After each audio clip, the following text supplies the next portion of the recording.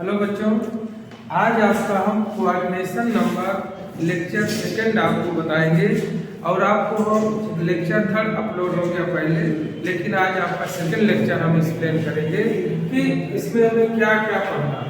तो यहाँ पे अभी हमने आपको इसमें एक्सप्लेन किया था लिगैंड के बारे में। फर्स्ट लेक्चर जो होता है लिगैंड के बारे में एक्सप्लेन करता है कि लिगैंड क्या होते हैं, उसका नेचर क्या है, कैसे हमें जानना था, ये सभी आपने पढ़ा लिगैंड से। अब उसी लिगैंड के बेसिस पे कुछ एप्लीकेशन से जो हमें जानना है, जैसे पहले आता है, पहला है कैलकुलेशन ऑफ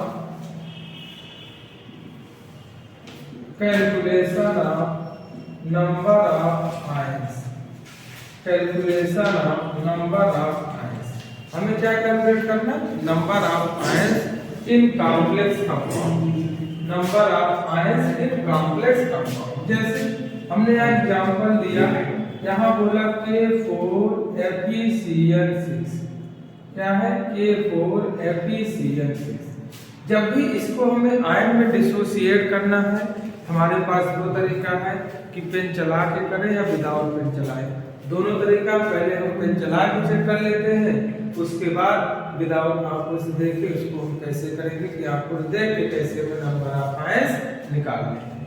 तो यहाँ पे जब भी हमें इसको डिसोसिएट करना है, या तो कैटायन से डिसोसिएट करेंगे या तो एनायन से।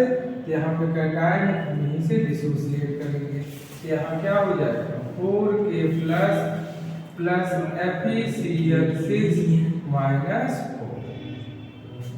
क्योंकि जितना चार्ज आपका कैटायन पर होगा उतना ही आयनाइन पर होगा, लेकिन नेगेटिव होता है। तो यहाँ पे आयन गिनना है तो कोफिशिएंट को काउंट किया जाता है। यहाँ पे कोफिशिएंट 4 है, यहाँ पे कुछ नहीं तो 1 माना जाएगा, इसलिए यहाँ कितने हो गए टोटल 5 आयंस। कितने हो गए 5 आयंस। तो इस कॉम्प्लेक्स कंपाउंड में टोटल आयंस कितने हैं 5। अगर हमने इसको ले लिया, मान लीजिए CuNH3 6 और यहाँ पे ले लिया Cl। हमने भी बोला था या तो कैटायन से ब्रेक करेंगे या तो आयनाइन से। तो अब इसको हम यहाँ से ब्रेक करेंगे तो हमारा क्या बन जाएगा CuNH3 6 और यहाँ पर अभी कितना चार्ज होगा हम आयनाइन से समझा देते हैं, 3Cl माइनस, यहाँ कितना हो गया प्लस, तो यहाँ पे कितने आयन हुए, एक हुआ, फिर यहाँ तो टोटल आयन हुए कितना हमारे 4 आयन।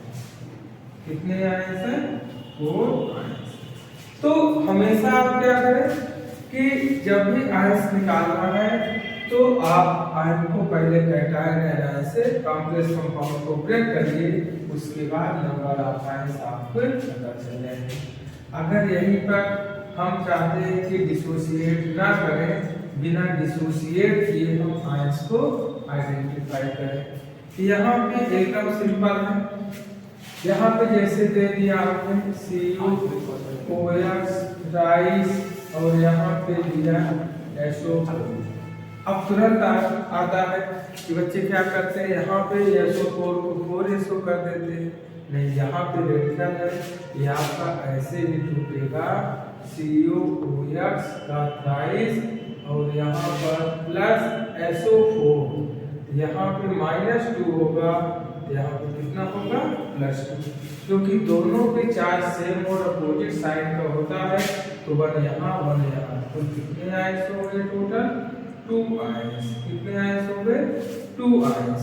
अब हम मान लीजिए डिसोसिएट ना करें, हमने इसको दिया PtEl राइस EnO3, हमने कहा इसमें कितने आयंस हैं, तो यहाँ से आप चेक करिए, एक यहाँ हुआ, एक यहाँ, टोटल कितने हो गए 2 आयंस। या हमने ऐसे ले लिया Na3 CuCl4, यहाँ से हम ब्रेक करेंगे, 3 यहाँ हुआ 1 हुआ, कितने आयंस हो गए 4 आयंस। कितने हो गए 4 आयंस। तो आप कैटायन और आयनाइन से क्या करिए, ब्रेक करिए, तो आपको नंबर ऑफ आयंस पता चल जाएंगे। तो अब यहाँ पे इसको जब आयंस पता चल गया तो इसका यूज क्या है, हमें ये समझना है। तो हम कैटायन से ब्रेक करते हैं एनायन से। यहाँ पे जब नंबर ऑफ आयंस आ गया तो हमें क्या निकालना है, इलेक्ट्रिकल कंडक्टिविटी।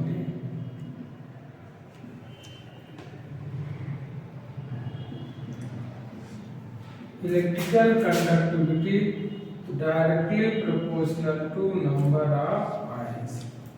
इसका मतलब क्या हुआ कि जिस कॉम्प्लेक्स में नंबर ऑफ आयंस ज्यादा होंगे उनके इलेक्ट्रिकल कंडक्टिविटी भी ज्यादा होगी।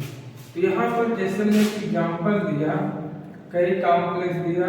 पहले दिया हमने CO NH3 6Cl3, दूसरा हमने लिया CO NH3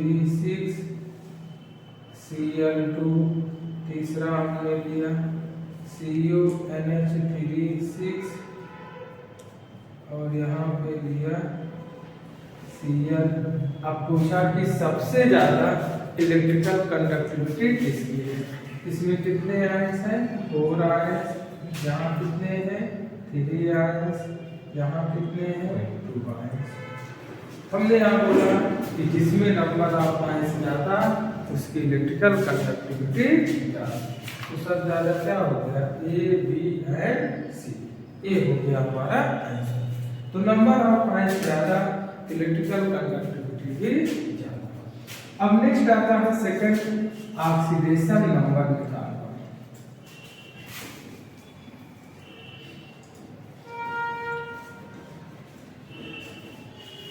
सेकंड एप्लीकेशन है oxidation number of complex compound. Second आता है oxidation number of complex compound.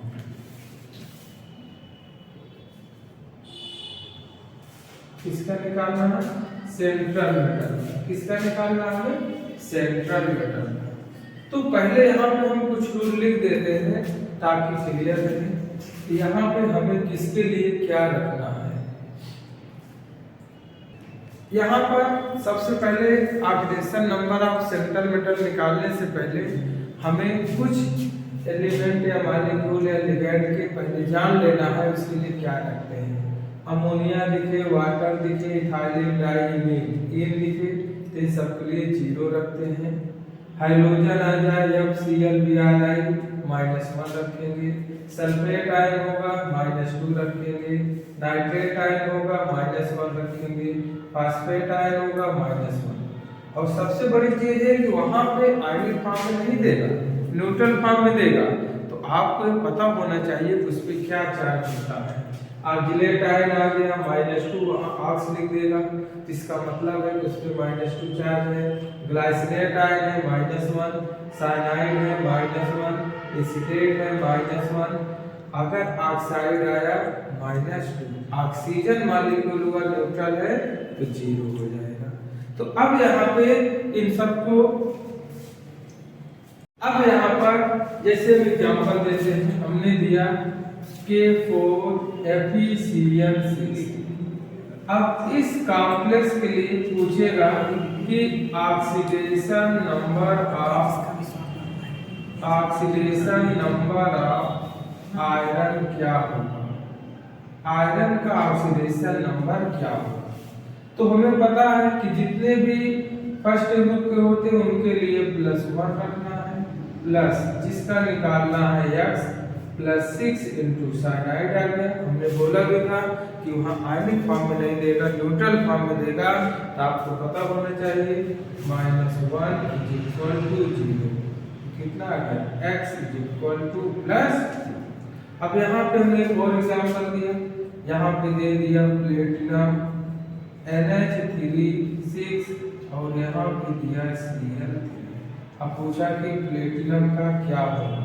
इसको हम क्या रखेंगे, X प्लस। हमने कहा कि अमोनिया न्यूट्रल मॉलिक्यूल है, इसके लिए हमेशा क्या रखेंगे, 0। तो 6 × 0 + 3 × -1 = 0। X +3। या हम और ले लेते हैं, यहाँ पर CO, यहाँ पर NH3 4Cl2 और यहाँ दिया NO3। अब पूछ लिया कोबाल्ट का बताइए, यहाँ क्या रखेंगे x plus 4 into 0 plus chlorine के लिए बोला था कोई भी हाइड्रोजन हो -1 रखते हैं इंटू -1 और नाइट्रेट के लिए -1 is equal to 0 x is equal to +3। या आपका एक एग्जांपल और दे देते हैं, यहाँ पर COH2O6 प्लस 2। अब यहाँ पूछा कोबाल्ट का क्या होगा, इसको क्या रखेंगे x plus 6 into 0 equal to +2 x is equal to क्या है +2। अब इस पर आप इस कॉन्सेप्ट को जितना हमने लिखाया है एक बार इसको रिवाइज करके आप कोई भी क्वेश्चन लगाइए, उम्मीद करते हैं कि आपका हर लेवल क्वेश्चन सही होगा और कभी भी आपका ऑक्सीडेशन नंबर का क्वेश्चन गलत नहीं होगा। तो जब भी पूछेगा हमेशा oxidation number of central metal का पूछेगा, इसको हमेशा याद रखिएगा। हेलो बच्चों, कैसे आप लोग? उम्मीद करते हैं आप लोग एकदम अच्छे से होंगे। और इस समय आपका एकदम कह सकते हैं कि एकदम आपके लिए एकदम क्रूशियल टाइम चल रहा है और इस समय जितना आप अपने ऊपर टाइम वेस्ट करेंगे या कह सकते हैं हेलो बच्चों, कैसे आप लोग? इस समय जो आपका समय चल रहा है आपके लिए बहुत ही क्रूशियल टाइम है और हम चाहेंगे कि आप टाइम के साथ चलें। अगर आप टाइम के साथ नहीं चलेंगे तो टाइम आपकी वैल्यू को नहीं समझेगा। जो अगर सोचता है कि आज का काम हम कल पे छोड़ देंगे तो कल का काम कब करेंगे। इसलिए अगर आपको लाइफ में सक्सेस होना है तो टाइम के साथ चलें और टाइम के साथ चलने के साथ साथ अपनी यूटिलिटी को भी मेंटेन करें ताकि आने वाला समय आपकी वैल्यू को समझे।